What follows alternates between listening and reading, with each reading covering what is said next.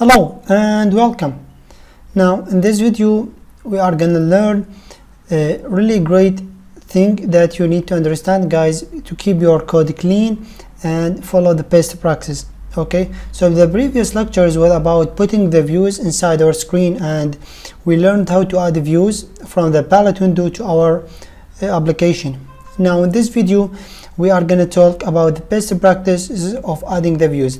Now of course Android Studio or the developer team of Android Studio, they know that if you drag and drop all the views randomly, it will be a bad idea for you, okay, and for the team that you are working with. Now that's why they have provided us with certain rules that we can follow to follow the best practice and keep our code much clean. Now if you look here, guys, we have this screen, okay, and actually there is something that we cannot see or something invisible, and that hold all the views, and we call it layout. Now the layout, it's just a container that for all the views inside our screen, okay, and it will be the parent of all the views, okay. And if you look here in the component tree, by default Android Studio added this concentrate layout, which is the first type of layout of the containers for our views. And if you click on it, as you can see here, we have this border around our screen, okay. And the concentrate layout, it's one of the ways that we can put our views inside our screen or inside our application. It has some rules that we can follow to add the views, okay. And there are another types of layouts, and we are gonna take them separately, okay, but in this video we are gonna focus on this concentrate layout. Now guys, we have this here in the bottom. If you look here, right here in the bottoms, we have this two tabs. The first one for the design, that means the GUI or the graphical user interface, about adding the views and changing the properties as well. Essentially it's the GUI or the graphical user interface for designing your user interface, okay, for creating your XML files. Now of course in the other side we have this text tab, which is essentially for people who know the XML programming language, or the XML language. For if you know it, then probably this will be perfect choice for you. But if you do not, if you are a beginner, then you can go with the design tab just by dragging and drop. Now in the text tab, as you can see, guys, here we have the XML, okay, and it's maybe a little bit complicated at first, but we are maybe if you are a beginner, then probably you need to work with the design tab, okay. So going back to our concentrate layout, it's actually the most powerful and flexible way of adding the views, because it's give us a lot of a great thing. For example, if you add a button, I'm gonna add just a button here, okay. So as you can see, guys, when I'm selecting the button and drag it and drop it around my screen, I can position it wherever I want, okay. And this comes actually from this concentrate layout, okay. That's why the concentrate layout is really great tool, or that you can use in all your application. So for example, I'm gonna the text view, okay. I just can drag it and drop it inside my screen wherever I want, okay, without worrying about anything, okay.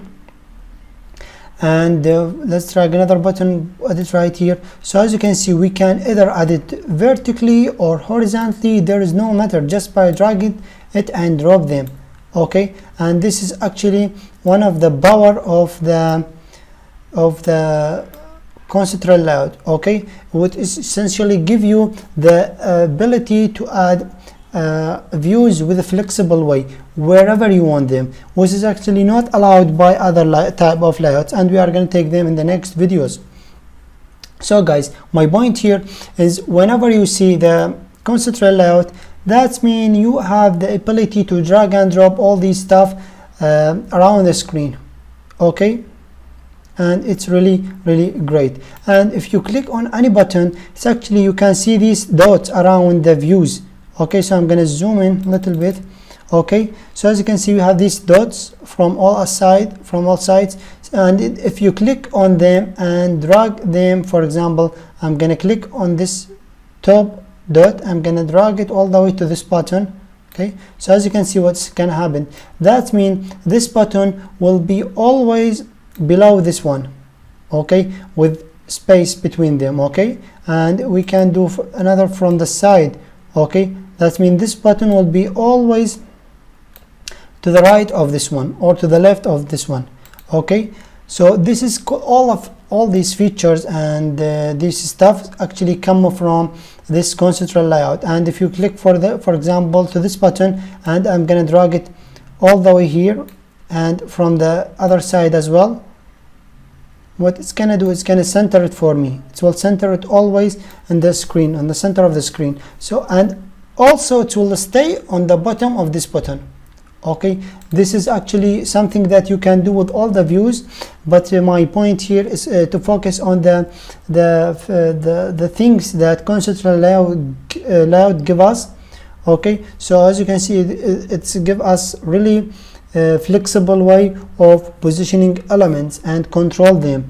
Okay, for example, if you want to make, for example, let's say a login page, okay, then this button for sign in and this button for sign up, okay, for creating account and for login as well.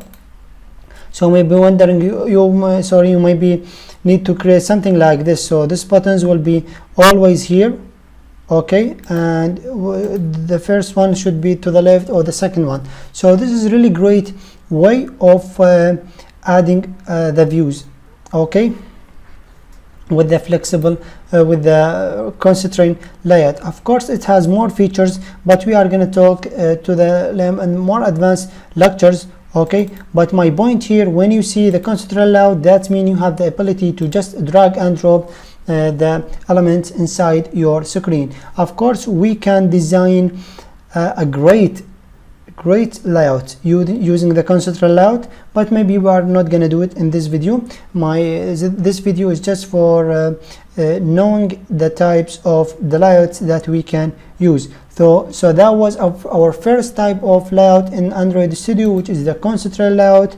Okay, so thank you guys so much for watching. Go ahead and add your own views, okay, and positioning them wherever you want using what you have learned so far, and we are going to continue on in the next video.